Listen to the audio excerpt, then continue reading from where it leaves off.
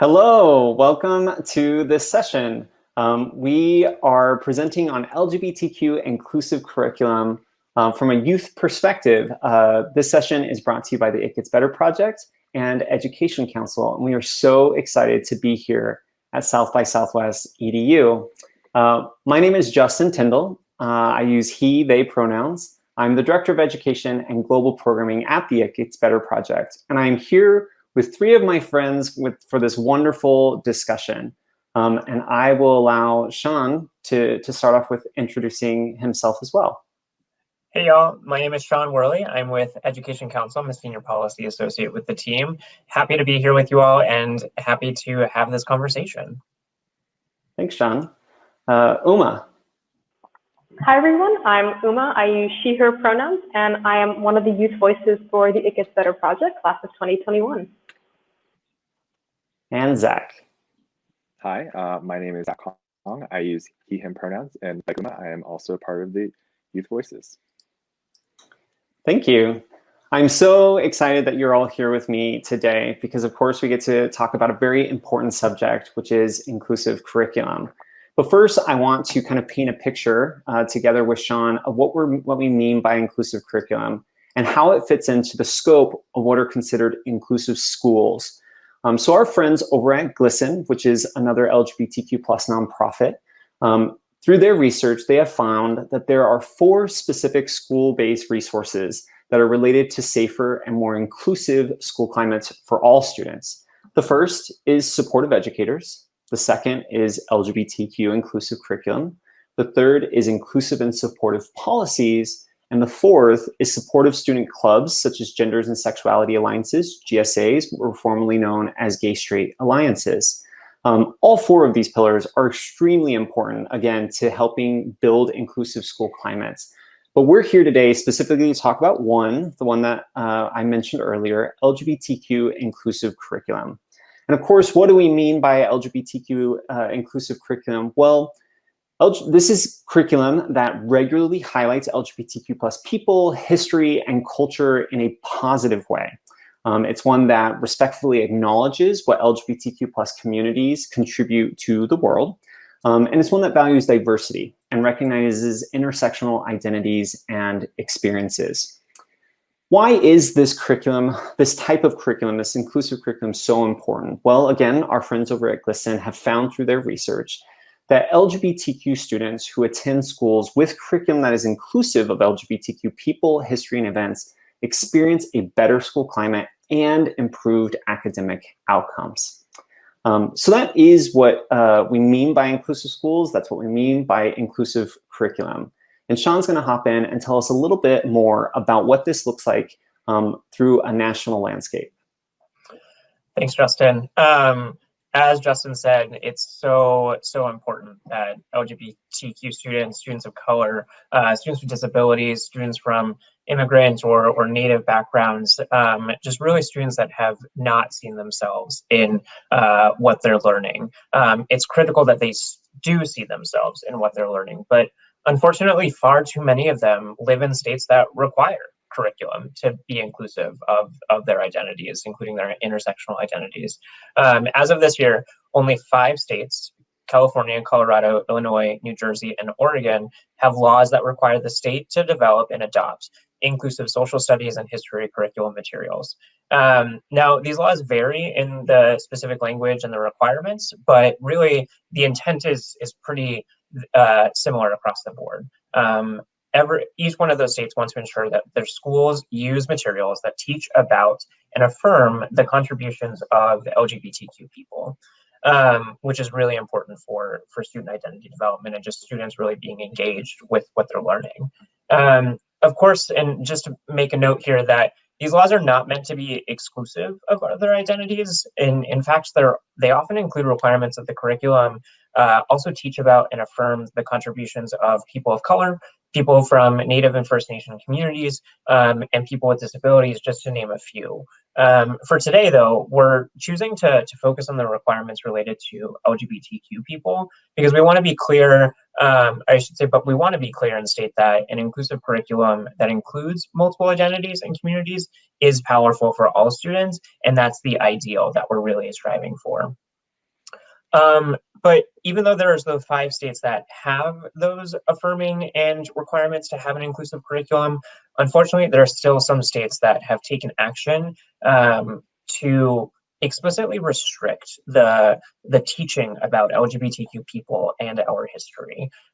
These laws are often referred to as no promo homo laws, essentially laws that prevent the promotion of LGBTQ history or related discussions happening in the classroom. 6 states, Alabama, Louisiana, Mississippi, Oklahoma, South Carolina, and Texas, have some version of a no promo homo law still in effect. Now, most of these laws are written with very vague and broad language about what can be taught in sexual health courses, which was the intention of those laws. But because the laws lack such detail, they often prevent teachers from including LGBTQ history in their social studies or history classes. And in some places, they even prevent the creation of GSAs, which, as Justin noted earlier, is one of the pillars to having an inclusive environment for LGBTQ students. Now, noting that there are the 5 that have done some great work to affirm the identities of students with their curriculum, and the 6 that have the no promo homo laws still in the books. For the remaining 39 states in the country, they don't have really any sort of law on the books related to curriculum, but within those districts, or even some states have taken action throughout the whole state. They've taken it upon themselves to adopt some type of inclusive curricular standard for their schools, which is great, and we love to see that. But we're really looking forward to the day that every state in the country has an inclusive curriculum law, so that every student can see themselves in what they're learning. And to get there, we're really hoping to, and we're committed as partners in this work, is that we're committed to building coalitions of students, of educators, activists, community leaders, teachers, really the variety of stakeholders that should be involved in these conversations and should be really elevating the authentic voices of why an inclusive curriculum matters in the classroom. And we're hoping to get more into that and hear from some of those voices today. So Justin, I'll take it back to you. Thank you, Sean. Obviously, for those of you that are tuning in, this conversation is really important. I grew up in Arizona, a state with no explicit inclusive mandate or exclusion mandate, but I worked as a teacher. I taught 4th grade in Texas, where there is a no promo homo law on the books. But now I live and work in California, where there is specifically a mandate to include LGBTQ curriculum in public curriculum. And so our experiences from state to state are going to be so different. But it's good for us to come together, understand these different experiences, and find out what roles we can play. And again, what Sean was talking to, in building a nationwide coalition to one day see inclusive mandates in every state. So that's why I brought Uma and Zach here today, my young friends, who they themselves are currently high school students, because we want to have a conversation a little bit about inclusive mandates, again, and about the movement to pass them in every state in the nation. So I'm actually going to start with a question for you, Uma. I would love to get your perspective on what role do you think students can or should play in this movement? Yeah, absolutely. I think the really crucial thing to recognize is that anything that students are going to be learning from needs to be geared towards students, and therefore needs to include students in the process of making it. We make the best and most engaging and most representative curriculum when we're involving the people it's planned to represent. And so When I was living in Maryland, I focused a lot of my work there in LGBTQ plus advocacy and ensuring that students had a voice in the decisions being made, both about curriculum and specifically LGBTQ plus studies curriculum. So I and a coalition of students worked to create the US's first standardized LGBTQ plus studies course for high schoolers. And one of the most essential aspects of that process was ensuring that while writing such a curriculum and while advocating such a curriculum, there was a one-to-one ratio of both teachers on board and experts on board and students on board writing. Students have a lot of knowledge that many adults don't have about LGBTQ plus issues, especially about diverse LGBTQ plus issues that might be more representative of their background. And so I think it's really essential that we recognize that students are equally qualified to write curriculum as many experts and as many teachers, because of the knowledge they themselves have accrued and of the education that they've done for themselves, because the education system has failed to do it. And so a lot of us have a lot of knowledge that we've independently pursued about LGBTQ plus experiences. And so I think students can both be really empowered advocates for curriculum inclusion and can also be really crucial in the process of writing curriculums themselves, and can have a lot of contributions in terms of representing the various intersections of their identities and also the intersections found in their community. For sure. Fantastic answer. And again, congratulations on what you were able to accomplish in Maryland and what is happening there for students. Fantastic job. You should be extremely, extremely proud. Thank you. Sean, I'll pass off the next question to you.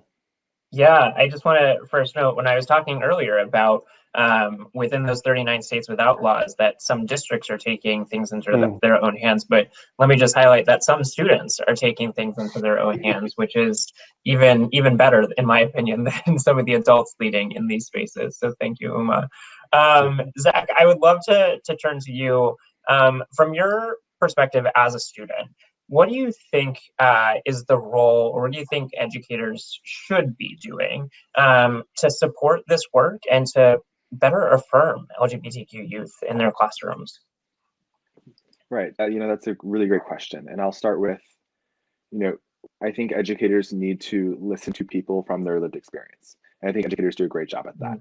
And so I want to take a moment to highlight and uplift something that I've heard from a non-binary educator who is focusing this space about how can we as educators be more inclusive and more impactful with our students. And something as simple as on the get to know you form that you send home, it's what is your name, but then also add what is your pronouns? What is the pronouns that you would like me to use with your parents? What is the pronouns you'd like me to use with other staff? And then what is the pronouns you'd like me to use with other students? Because we have to recognize that each student is at a different step in their own journey, and that we can't apply a one-size-fits-all solution. So really, I think the work of the educator is crucial, because there can be curriculum that they can use, but it is oftentimes the role of the educator to reflect based on what they're hearing from their class, what they're hearing from their students, and then adapt and change to make sure that they're meeting the mark that their students expect them to meet. So it's, I think, the small changes that educators can do just to their daily routines. Something as simple as stopping to say, "Hey guys, let's do this," and recognizing that guys can be, for a lot of people, exclusionary, and instead, saying, "Hey, the school's mascot," or "Hey, everybody," or just ditching the gendered terms altogether that can feel incredibly exclusionary. I appreciate that so much, Zach. Thinking back to my time in the classroom, and just knowing the power of seeing students and hearing students for who they are and who they want to be seen and heard as, I think is so powerful. And I'm a fan of using y'all when it comes to non-gender based terminology, so I appreciate you calling that out. Justin, I'll pass it back to you. Yeah, and I want to say I appreciate that so much as well. As an adult, right? I use he, they pronouns, and for some people that could be very confusing. But I grew up, obviously, in a home and a culture that used he, him pronouns to refer to me. I still will use those pronouns when I'm at home and when I'm with my family. It matches. It's what works there. But more and more of my colleagues and the people that I work with have recognized how I don't always identify in that space. And so they're using more and more they, them pronouns when they refer to me. And it feels so affirming. It feels so tangibly real that someone can see that, sure, I may be someone with my family, but I am another person with colleagues and friends, and I'm both. And so I really appreciate that. Knowing that that can be offered to students is such an incredible support. So thank you, Zach, for bringing that up. Uma, back at you. As we're talking about this, we brought up diversity earlier, and Sean did a great point in talking about that usually these inclusive mandates don't just focus on LGBTQ inclusion. They recognize that our identities can be multifaceted and intersectional. How do you think we can ensure that this work and this movement is always inclusive of other identities and the work specifically of communities of color to expand culturally relevant and affirming curriculum? I think once again, it comes back down to who is sitting and writing these courses. In the same way that students have a lot to contribute, I think diverse student coalitions have even more to contribute, that they can best represent themselves and best explain the importance of their identity and best include their identity in these curriculums. One of the first things that happened when I was working on writing LGBTQ+ studies curriculums was deciding whether or not they should be focused on American history, and that would be something that was most represented to students, or more on global history. And the idea of LGBTQ+ identities is global. And I think to me, as someone who's second generation American, Indian American, one of the things that was really important was that it was global, because the American LGBTQ+ experience is not the history of my LGBTQ+ ancestors. It's far from it. I'm much more defined by a long history of both religious inclusion and a lot of colonial subjugation in India that was related to LGBTQ+ identity and experiences. And I think that's the case for a lot of students who are first and second generation American, that the idea of American history, while important to them and while necessary with things like Stonewall, with things like the AIDS movement in the 1980s in the US, might not be representative of their individual LGBTQ+ history. And so there's a lot of importance in ensuring that we have both personal understanding of kind of ourselves and our relation to the LGBTQ+ past. And I think we can best do that when we're representing ourselves and when we're able to also play a stake and have importance within writing curriculum. I also think one of the really important things is that when we're working to make sure curriculums are inclusive, we don't do them in a binary and that we include them in other types of education. I think too often we have like one day dedicated to LGBTQ+ history in a history class or in an English class. And then you have one day maybe during February for Black history.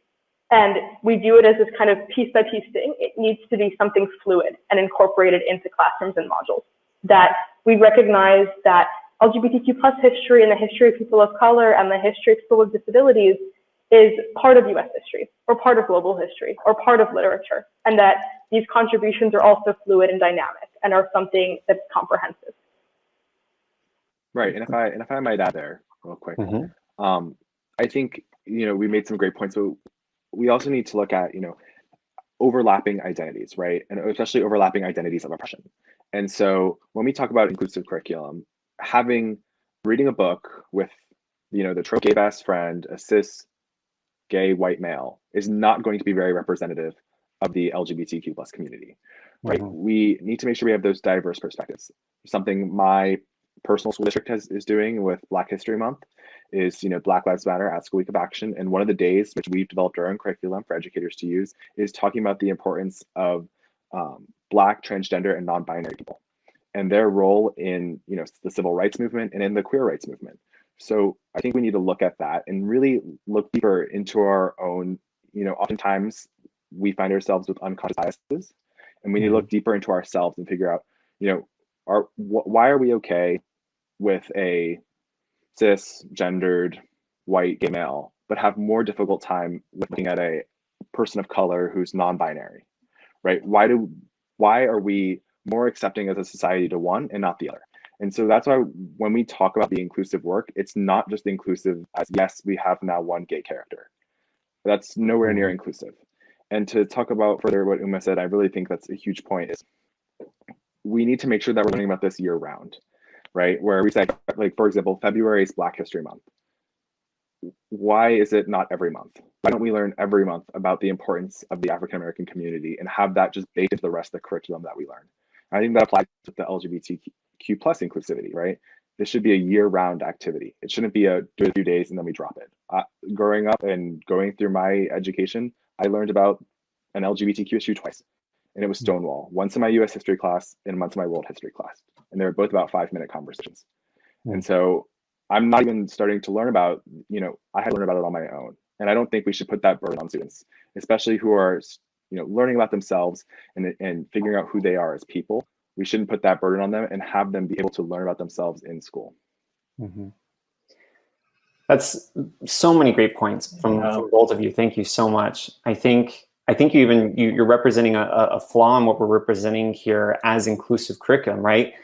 So far, these inclusive curriculum mandates in these 5 states mostly pertain to just history and social studies curriculums, right? But why is talking about our community or talking about some of our trailblazers, our scientists and our artists and our mathematicians, why is that confined to only a history or social studies class when there's so many other subjects in which we could also be reflected as in the curriculum and in those stories? That is so important. And to one of the other points you made, Zach, I believe it was in one of the 5 states as well, that there was some curriculum that was trying to be passed, and people were saying, oh, look, this curriculum, it contains some queer people in there.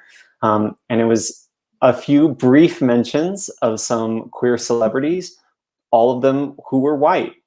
And although, yes, there are certainly individuals that we need to celebrate and that we can celebrate for their achievements, a single a white community member is not representative of the whole, is not representative of everybody in that community. And so it's so much more than just including the name of a person on one assignment, one day of the year. It's really about incorporating our identities and our communities every day in every aspect of the curriculum where it's possible to do so. Sean, the last question is yours. Yeah. I also just want to know, so much of what you both brought up resonates with me, particularly thinking about even the intersectionality within the LGBTQ community and recognizing the fact that as a white cisgender gay man, I have such a narrow experience of the LGBTQ experience. And so thinking about how then the curriculum really does have to be brought in so much further beyond just what my experience may have been or people that look like me. With that, Zach, would love for you to think, and I know we're coming up on time here, but we have been in this remote world for quite some time, and we may not go back to fully in person for everyone for a while. So thinking about remote learning, what opportunities, what challenges do you think can be afforded with inclusive curriculum? Right, and so I'll try to address this super quick, but we have, as you can see on this video, next to all of our names, we listed our pronouns. It's a simple step that's a great step for our educators to be able to see that and be able to know how to refer to us. And so, however, the issue is with certain programs, that isn't an option, right? With a lot of school-based programs like Google Meet, and I know certain levels of Zoom has it where that isn't really possible because of the administrative locks that the school system has for security reasons. Mm-hmm. So it's advocating for those changes so that students can have their pronouns next to their name, right? Have it next to their name on a discussion board so that students, the very minimal basic steps so that students can feel accepted and reflective of, who they are.